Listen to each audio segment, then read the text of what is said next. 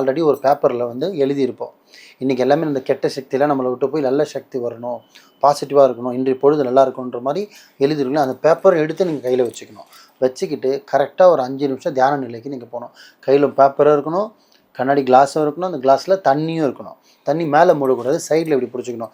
இந்த பொசிஷனில் வச்சுட்டு ஒரு 5 நிமிஷம் கண்ணை மூடி தியானம் பண்ணிவிட்டு அப்படியே மெதுவாக கண்ணை திறந்துட்டு 5 நிமிஷம் கழிச்சு இந்த தியான நிலைக்கு நீங்கள் போகிறதுக்கு முன்னாடி செய்யக்கூடிய வேலை என்னென்னா, இன்றைக்கி எல்லாமே இன்றைக்கி பாசிட்டிவாக நடக்கணும், கெட்டது நடக்கக்கூடாது, கெட்ட திங்கிங் வரக்கூடாது, கெட்ட கனவு வரக்கூடாது, கெட்ட எதிர்மறை எண்ணம் வரக்கூடாது, எல்லாமே பாசிட்டிவாக இருக்கணும்னு மனசில் நீங்கள் உங்கள் முழு மனசில் நினச்சிக்கிட்டு தான் இந்த பொசிஷனுக்கு போகணும்.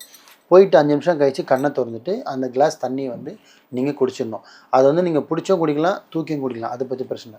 குடிச்சு முடிச்சுட்டு கிளாஸை ஊற வச்சிடணும்.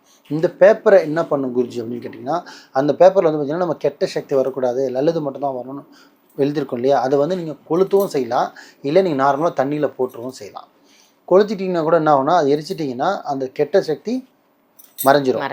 இல்லை நீங்கள் தண்ணியில் நீங்கள் போட்டால் கூட அது மறைஞ்சிரும். ரெண்டுமே பண்ணலாம். குப்பையில் மட்டும் போடக்கூடாது. ஏன்னா நம்ம பாசிட்டிவாக அதில் எழுதி பாசிட்டிவ் வேண்டியிருக்கும். ஒன்று எரிச்சிடணும், இல்லை தண்ணியில் போட்டுடணும், தண்ணியை குடிச்சிடணும். இந்த மாதிரி வாரத்தில் ஒரு நாள் பண்ணலாமா, இல்லை 2 நாள் பண்ணோம்னா முடிஞ்ச அளவுக்கு எல்லா நாளும் பண்ணலாம். அதே மாதிரி காலையில் சாயந்தரமும் பண்ணலாம்.